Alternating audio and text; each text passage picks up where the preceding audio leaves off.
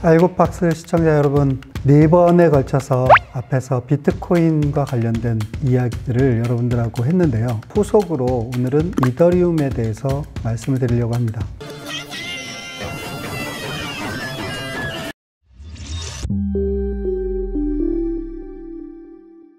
그 이더리움에 대해서 말씀드리기 전에 먼저 지난 시간 동안에 비트코인에 대해서 이야기했던 내용들을 좀 간단하게 정리를 해보려고 해요. 왜냐하면 이더리움은 분명히 비트코인 프로젝트를 계승하고 그걸 확장한 프로젝트이 맞지만 같은 과제에 대해서도 비트코인 입장에서 어떤 숙제를 어떻게 해결할까를 쳐다보는 것하고 이더리움 입장에서 그 과제를 어떻게 정의할 거냐라고 하는 문제는 좀 차이가 있기 때문에 먼저 비트코인과 관련돼서 제가 드렸던 말씀을 좀 간단히 정리를 해보면요. 비트코인이란 무엇이냐라고 했을 때 기본적으로 비트코인은 IT 시스템이 아니라 회계 시스템이라는 말씀을 드렸습니다. 그리고 그 회계 시스템이 온라인상에서 회계적 불확실성이 없이 작동하기 위해서는 감사 후보들의 네트워크, 물론 감사 후보라고 하는 건 비트코인 노드를 얘기하는 거고요. 감사 후보로 된 네트워크를 이용해서 회계적 불확실성이 없는 회계 시스템을 작동시킬 수 있다. 그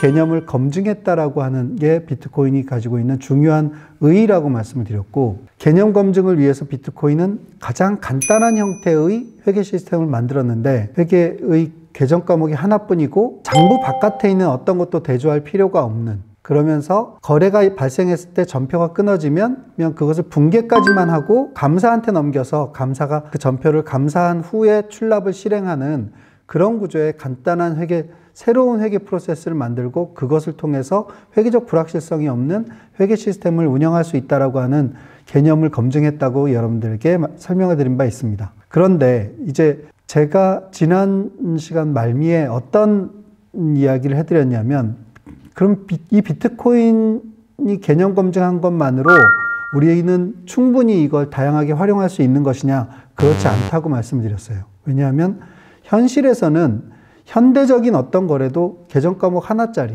심지어는 그것이 장부 안에서 정의된 계정 과목 하나짜리 회계 시스템 가지고는 담을 수 있는 거래가 많지 않기 때문에 그 안에 다양한 형태의 현대적 거래를 담고 실질적으로 회계적 불확실성이 없는 회계 시스템이라고 하는, 즉 국가나 어떤 외부적 강제 없이도 회계적 불확실성 없이 돌아갈 수 있는 회계 시스템이라고 하는 비트코인이 제공한 그 개념을 잘 활용하고 확장하기 위해서는 새로운 것들을 좀 추가하고 해결해야 될 과제들이 있다고 말씀을 드렸습니다. 그 중에 하나는 비트코인이 현금주의 회계 시스템이기 때문에 발생주의 회계적인 요소를 도입할 필요가 있다는 말씀을 드렸고요. 또 하나는 계정 과목을 좀 추가하는 확장이 가능해야 된다라는 말씀을 드렸고, 처리 속도가 너무 느리기 때문에 처리 속도를 증가시킬 수 있는 다른 방안을 확보해야 된다는 말씀도 드렸습니다. 그래서 이런 이제 비트코인이 남겨놓은 과제들 중에서 이러저러한 과제들을 가지고 새로운 프로젝트들이 비트코인 이후에 다양하게 등장했는데요. 그 다양하게 등장한 프로젝트들은 기본적으로는 어떤 진화의 방향들로 요약할 수 있냐면 4개의 진화 방향으로 요약할 수가 있습니다. 첫 번째로는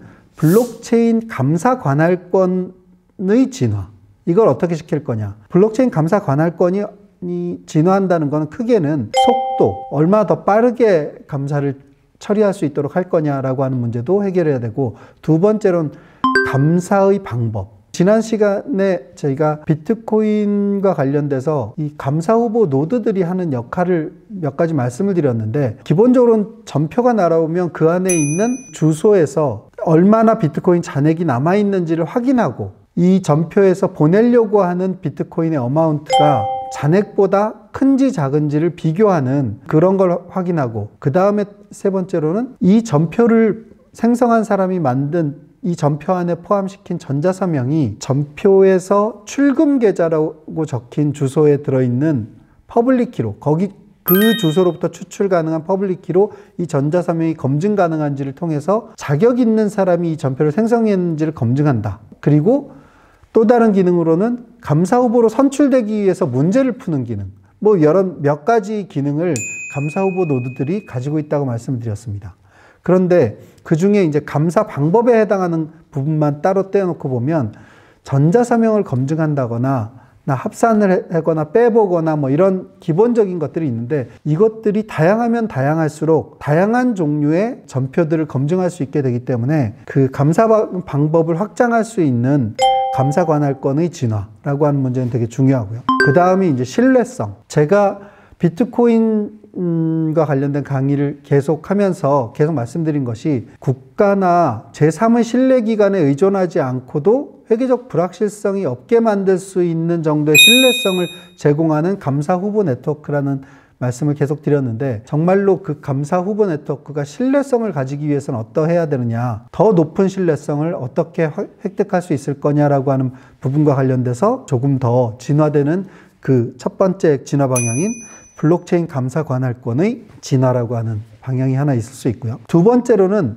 그 블록체인 감사 관할권을 이용해서 만들어진 회계 시스템의 진화의 방향이 있습니다. 회계 시스템이 진화한다라고 하는 건 앞서서도 말씀드렸다시피 발생주의 회계 요소를 포함한다거나 복수의 계정 과목을 그 회계 시스템 안에서 다룰 수 있도록 된다거나 하나의 회계 시스템과 다른 회계 시스템을 연결한다거나 이런 정도의 회계 시스템들의 진화라고 하는 문제도 진화의 중요한 방향이라고 볼 수 있을 것 같고요. 세 번째로는 블록체인 감사 관할권의 확장. 이건 진화하고 조금 다른 얘기이긴 한데, 감사 관할권이 만들어지고 나면 그 감사 관할권의 관할 대상은 어디라고요? 그 안에 들어있는 계정 과목과 그 계정 과목의 밸런스 상태와 그 계정 과목의 상태를 갱신하게 되는데 사용하는 이벤트, 즉 전표 같은 거죠. 이 세 가지가 이 감사 관할권에서 감사할 수 있는 주요 대상이라고 말씀을 드렸는데, 그 세 개 이외에 조금 더 확장할 수는 없을까라고 하는 문제를 새로운 프로젝트들이 계속 도전을 했고, 감사 관할권 바깥에 가서 뭔가를 검증했는데 그 검증된 것이 감사 관할권 안에서도 인정받을 수 있도록 하는 그런 종류의 확장이 있습니다. 그거는 뭐냐면 대표적인 게 암호학적인 확장입니다. 여러분들이 들어보셨을지 모르지만 영지식 증명이나 CQMPC 같은 암호학 기술을 이용해서 감사 후보 네트워크가 가지고 있는 기능에 의존하지 않고 감사 관할권을 확장하는 기술들이 있고요. 두 번째로는 이렇게 확장하는 걸 다른 감사 관할권하고 연결하면서 확장하는 방식이 있습니다. 이걸 흔히는 인터체인, 크로스체인 이렇게 표현하는데, 이거를 확장하면서도 원래 감사 관할권이 가지고 있었던 신뢰성을 잃지 않도록 해서 두 개의 감사 관할권이 연결되어 있는 회계 시스템을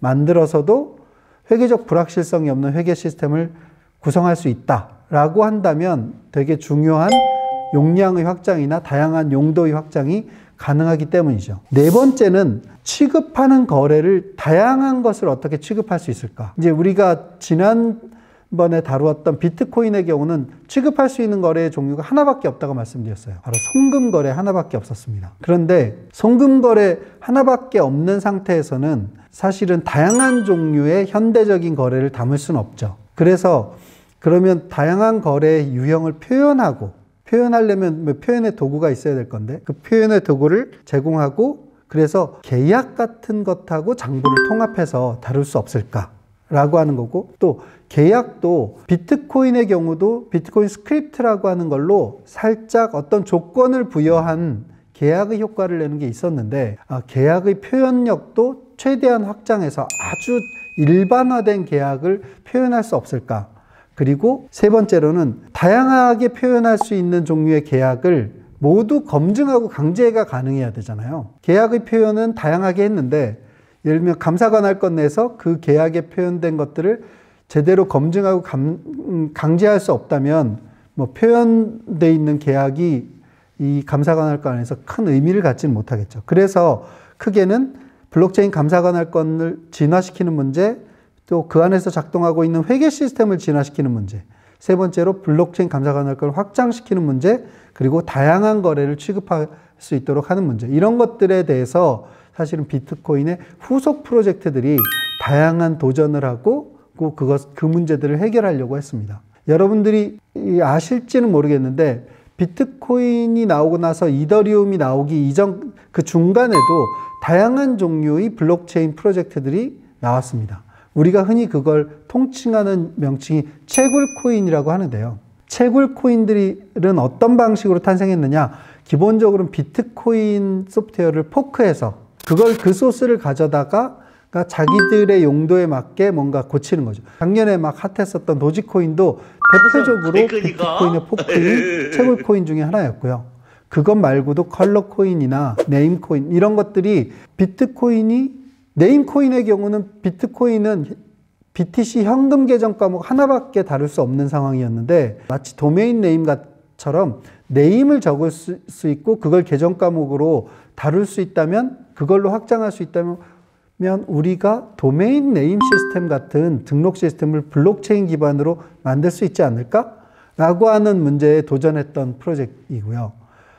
다른 프로젝트들도 또 다양하게 처리 속도를 개선한다거나 여러 가지 2개 이상의 계정 과목을 다루게 해본다거나 이런 다양한 도전들, 비트코인이 남겨준 다양한 과제들을 해결하려고 하는 도전들을 한 프로젝트들이 있었는데 왜 우리가 이제 오늘 이더리움을 다루게 되느냐? 이더리움이 사실은 비트코인이 남겨준 문제의 상당 부분을 포괄적으로 해결하는 해결책을 제시했다는 점에서 이더리움이 블록체인의 역사에서 중요한 역할을 하고 있는 겁니다.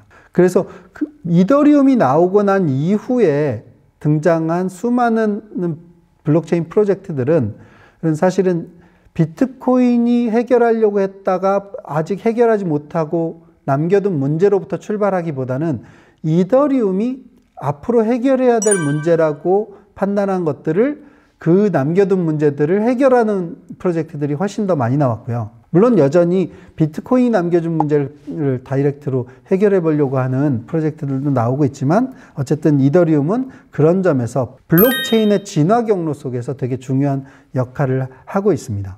그렇다면 오늘 본격적으로 다뤄야 되는 이더리움에 대해서 우리가 얘기를 해보려면 비트코인이 남겨준 문제의 관점에서가 아니라 이제 이더리움은 어떤 문제를 해결하려고 했을까? 자, 이더리움은 우리가 흔히 알려져 있기로는 이런 얘기들을 합니다. 스마트 컨트랙이 된다. 튜링 컴플릿한 스마트 컨트랙을 제공한다. 라는 얘기로 가장 특징적인 이더리움 블록체인의 속성이라고, 혁신이라고 이야기되고 있는데 스마트 컨트랙을 지원한다라고 하는 것은 과연 비트코인으로부터 물려받은 문제를 어떤 방식으로 해서 해석하려고 한 것이냐라고 했을 때 저는 명확하게 이더리움은 비트코인을 회계 시스템으로 보고 그것을 확장하면서 회계 시스템으로서 진화해야 되는 요소들을 흡수해서 자기만의 문제 해결 방식으로 풀어내려고 한 프로젝트이다 라고 말씀을 드리고 싶고요. 제일 중요하게는 스마트 컨트랙은 무엇을 하는 용도로 사용되는 것이냐. 사실은 IT 전문가들은 이 스마트 컨트랙을 뭐라고 생각하시냐면 프로그래밍 언어라고들 많이 생각하세요. 그것도 물론 틀리는 얘기가 아니라 맞는 얘기라고 볼 수 있는데 제가 지난번 4번의 강의를 통해서 블록체인은 IT 시스템이 아니고 회계 시스템이다 라고 말씀을 드렸잖아요. 분명히 그 회계 시스템 상에서 사용하는 프로그래밍 랭귀지인 것은 맞는데 일반적인 IT 시스템을 위한 프로그래밍 랭귀지는 아니라는 것을 정확하게 이해하시는 게 중요합니다.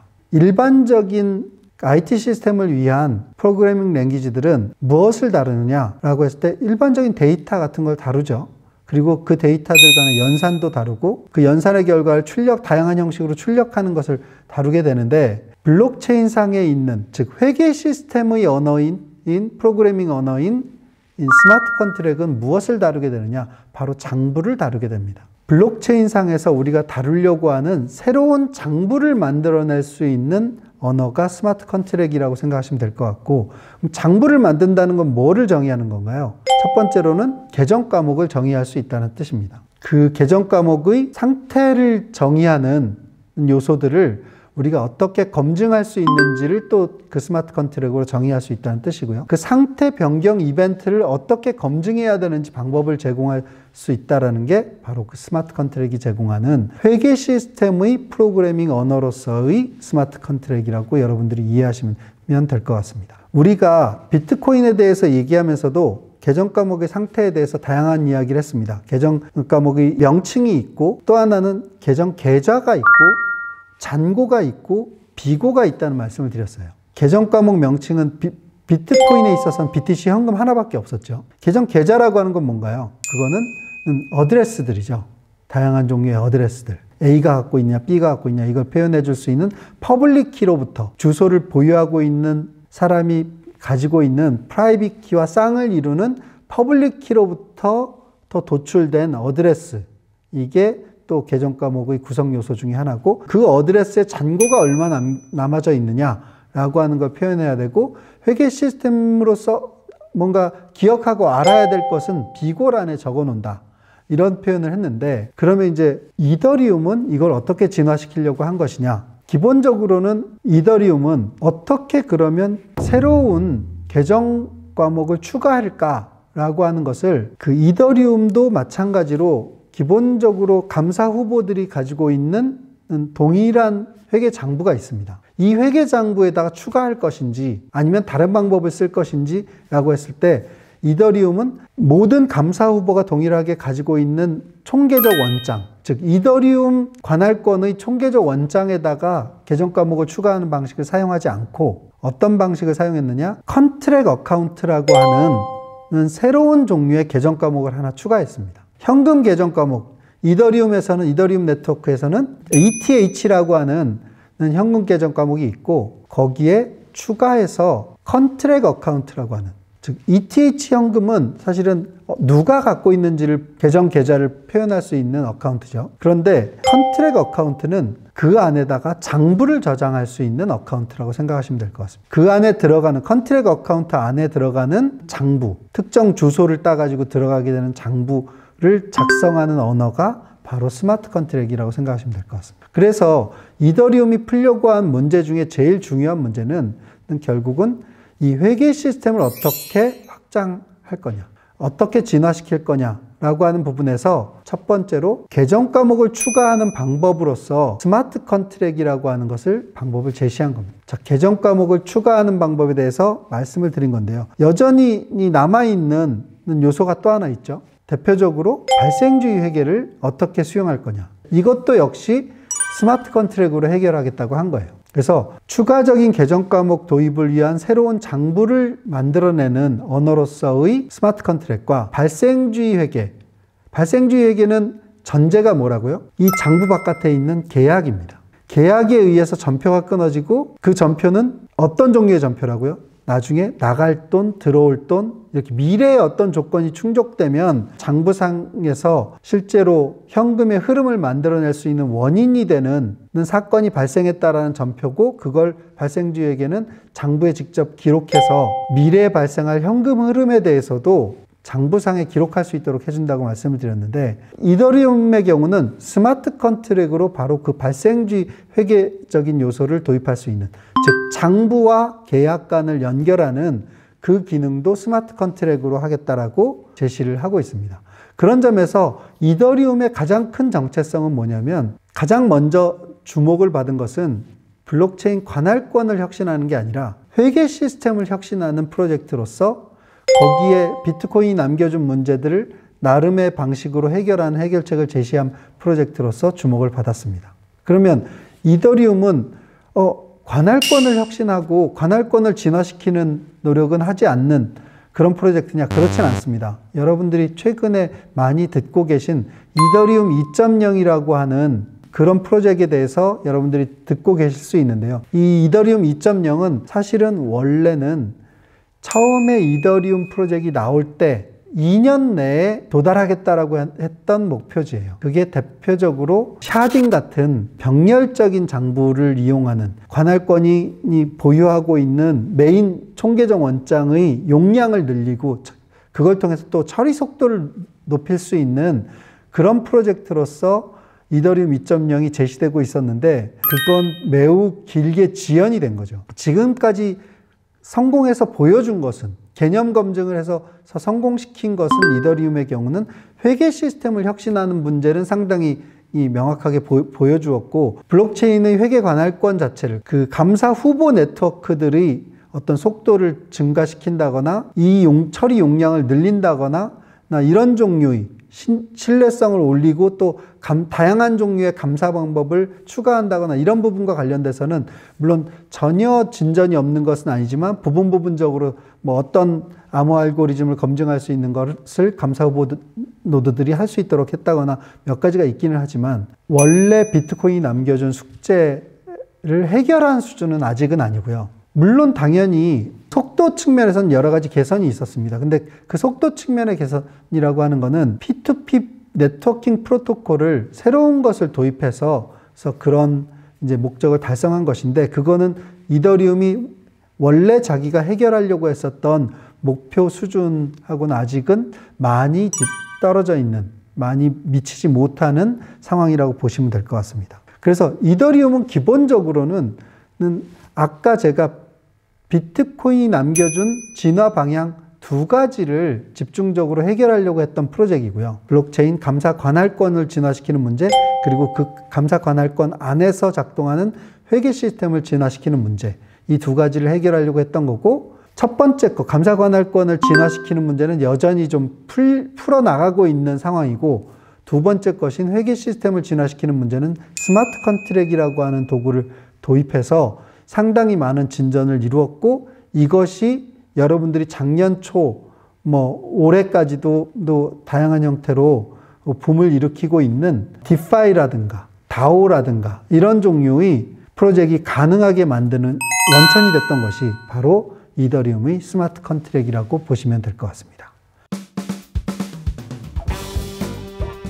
네, 다음 시간에는 이어서 이더리움이 해결하려고 했었던 문제들 중에서 해결하려고 했었던 두 가지 문제 말고도 추가적으로 어떤 문제들을 해결하려고 발견해냈고, 그게 어떻게 이더리움이 초기에 주목을 받는 데 기여를 했는지, 이더리움이라는 프로젝트의 진화 방향을 어떻게 끌고 가게 됐는지를 간단하게 설명하는 것으로 다음 시간에 말씀드리도록 하겠습니다.